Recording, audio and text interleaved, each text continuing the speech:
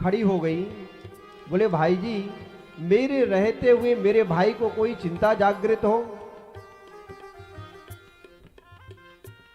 आप मेरे लिए आदेश करो।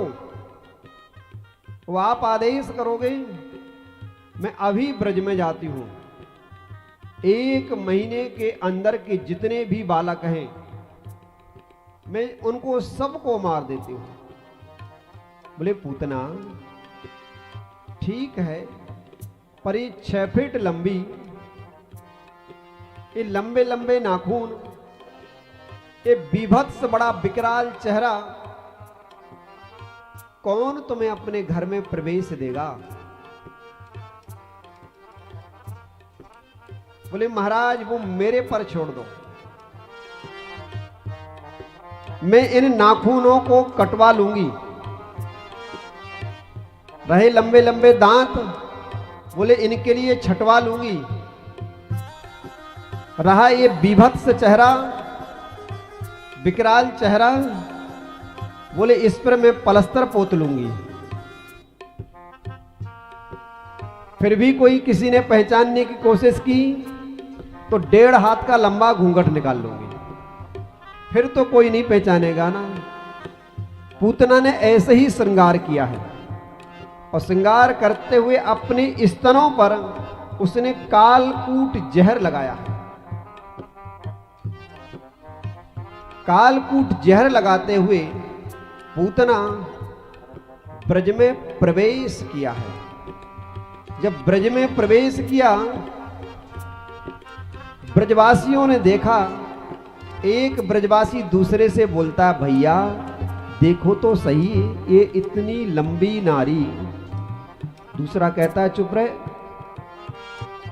तीसरा कहता, भैया से जाने दिया जाए अंदर गोकुल में कि नहीं? चौथा बोलता है, अरे जाने दो ना, हो सकता है यशोदा की कोई सहेली हो। इतने सारे लोग नंदलाला के लिए आशीर्वाद देने आ रहे हैं, तो ये भी आशीर्वाद देने आई। पूतना ने प्रवेश किया और गोकुल में प्रवेश करते हुए नंदरानी के महलों में पहुंची है। और जब नंदरानी के महलों में पहुंची, उस समय नंदरानी प्रभु को पालने में लेटाई हुई थी। प्रणाम किया, यशोदा हमारे ये तो आए थे तो नंदलाला को आशीर्वाद दे गए, मैंने सोचा मैं भी आशीर्वाद दे दूं। बहन, ये आप सब लोगों का ही तो बालक है, बड़े प्रेम से आशीर्वाद दो। पूतना यही तो चाहती थी। नंदरानी अन्य कामों में व्यस्त हो गई। पूतना ने मेरे प्रभु को अपनी गोद में उठाया है। अब प्रभु को गोद में जब उठाया है तो प्रभु ने अपने नेत्रों को बंद कर लिया है। और प्रभु ने जब नेत्रों को बंद किया है, परीक्षित जी निवेदन करते हैं, गुरुदेव पूतना को देख करके मेरे प्रभु ने नेत्र बंद क्यों किए हैं? बोले प्रभु के एक नेत्र में सूर्य का वास है, एक नेत्र में चंद्रमा का वास है। अब पूतना कार्य करने क्या आई है? ये मारने के लिए आई हुई है, जहर लगा करके। मानो सूर्य चंद्रमा इसको देखना नहीं चाहते, इसलिए नेत्र बंद किया है। संत लोग और भाव करते हैं, मानो प्रभु ने इसलिए नेत्र बंद किए हैं कि प्रभु सोचते हैं कि इन 24 अवतारों में 2 ही अवतार मेरे श्रेष्ठ हुए हैं, एक रामावतार और एक कृष्णावतार। रामावतार में सबसे पहले कौन आया? जब प्रभु मुनि के साथ में युद्ध के संरक्षण के लिए गए तो ताड़का आई।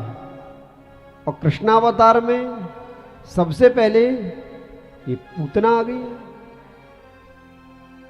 शायद मेरे प्रभु ने इसलिए नेत्र बंद किए हैं।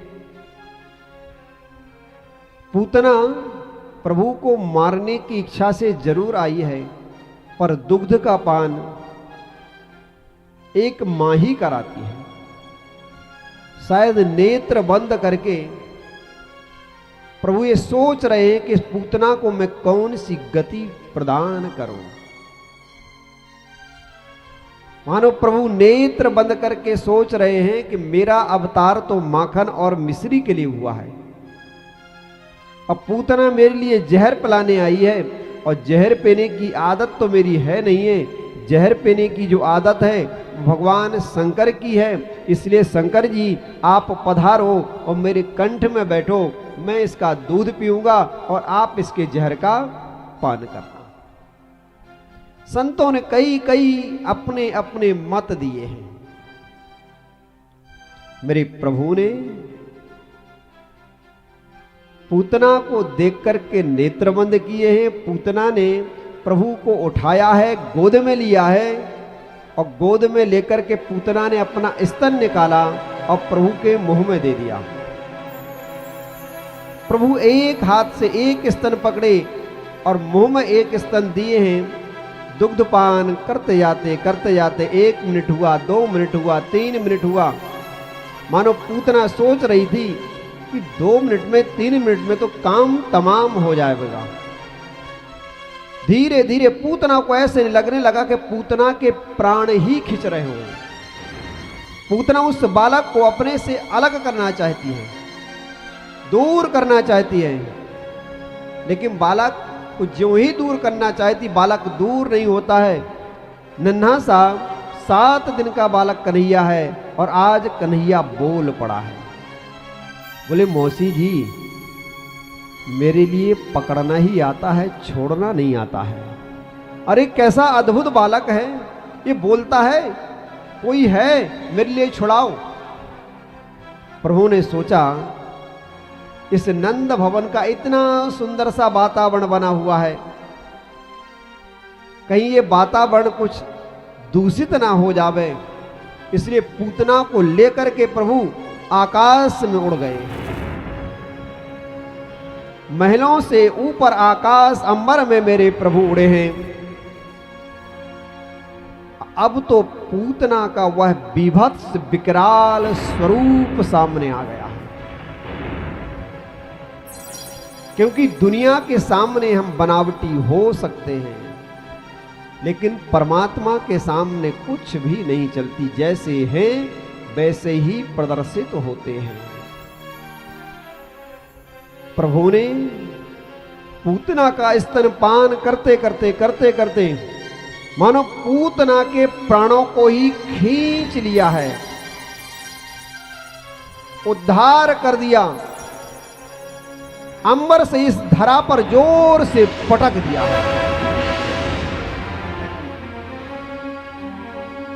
जब पूतना गिरी है, इतनी जोर से शब्द हुआ, इतनी जोर से शब्द हुआ कि मैया यशोदा दौड़ी दौड़ी पालने के पास में पहुंचती है। और जब पालने के पास में पहुंची तो मैया ने दर्शन किया कि पालने में लाला नहीं है। अब जहां से ये शब्द आया था, आवाज आई थी, ब्रज वनिताएं, गोपिकाएं, मैया यशोदा सभी वहां पर पहुंचे तो विकराल बीभत्स स्वरूप में पूतना पड़ी हुई है। अब मेरी नंद नंदन उस पूतना के ऊपर लेटे हुए खेल रहे, क्रीड़ा कर रहे हैं।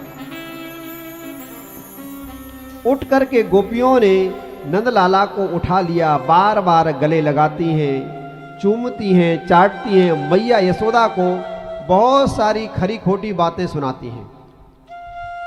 मैया,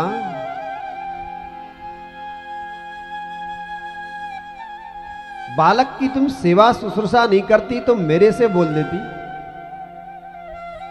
यदि आज नंदलाला के लिए कुछ हो जाता तो हम लोग क्या करते। मैया यशोदा शांत खड़ी है। ब्रजवासियों ने पूतना के शरीर के खंड खंड किए हैं। दो गव्यूति का वर्णन श्रीमद् भागवत में है। यानी 21 किलोमीटर के दायरे में पूतना का शरीर फैला हुआ है। अब आप सोचो, संत लोग तो कहते लाला ऐसा नहीं है, जब पूतना गिरी ना तो उसके हाथ है वो हाथ रस में जाकर के गिरे हैं।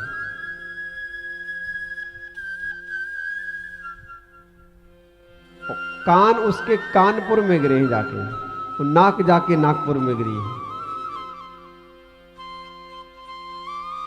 तो वो जहर था वो आगरे में जाकर के गिरा। अब जरा कल्पना करो कितना बड़ा शरीर रहा होगा। ये तो संतों की भाषा है, पर भागवत में स्पष्ट लिखा है कि 21 किलोमीटर के दायरे में पूतना का शरीर पड़ा है। अब इतने बड़े शरीर का अंत्येष्टि कर्म करना हो तो कैसे किया जावे? इसलिए ब्रजवासियों ने खंड खंड किए हैं और टुकड़े टुकड़े कर करके पूतना की कई सारी चिताएं बनाई हैं और उनका अंत्येष्टि कर्म किया है। लेकिन जब पूतना का अंत्येष्टि कर्म हुआ तो पूतना के शरीर से ऐसी सुगंध निकली, ऐसी सुगंध निकली है कि वह सुगंध संपूर्ण त्रिलोकी में जाकर के व्याप्त हो गई है। नंद बाबा वार्षिक कर देकर के लौट रहे थे गोकुल के लिए। नंद बाबा सोचते हैं इतनी सुंदर ये सुगंध जो आई है, लगता है कि मैंने बहुत समय से चंदन की लकड़ियों को इकट्ठा करके रखा था, हो ना हो किसी ने उन चंदन की लकड़ियों में आग लगा दी है और ये उसी की सुगंध आ रही है। इधर महाराज परीक्षित ने भी गुरुदेव सुखदेव जी से निवेदन कर दिया, गुरुदेव ना तो पूतना का नाम अच्छा और ना ही पूतना का काम अच्छा। अपने बच्चों का नाम कोई पूतना रखता है क्या? नहीं रखता ना। सुपर्णखा कोई नाम रखता है? नहीं रखता। लाला का जन्म हुआ अष्टमी, पूतना कब पहुंची है प्रभु के यहां? चतुर्दशी के दिन। 7 दिन का मात्र कन्हैया था। अष्टमी जन्म हुआ, चतुर्दशी के दिन पहुंची है।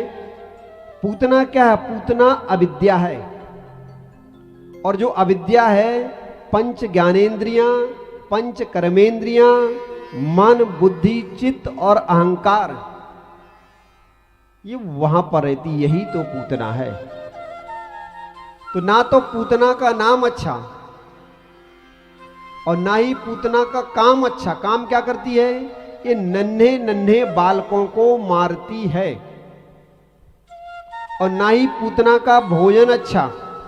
खाती क्या है?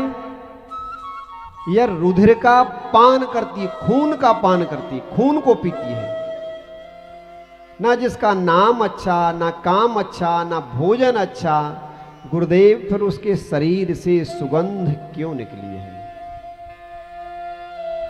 राजन, वह अखंड कोटि ब्रह्मांड नायक जगत नियंता वेदांत प्रतिपाद परम पिता परमेश्वर, जिस कृष्ण का नाम लेने से हमारा तरण तारण हो जाता है, उद्धार हो जाता है, परम गति प्राप्त हो जाती है, आज स्वयं वही परम पिता परमेश्वर परमात्मा जिसका दुग्धपान करे, जिसके हाथ का संस्पर्श उसे मिले, तो उस पूतना के शरीर से दुर्गंध कैसे आ सकती है? ऐसी पूतना के शरीर से तो सुगंध ही आनी थी।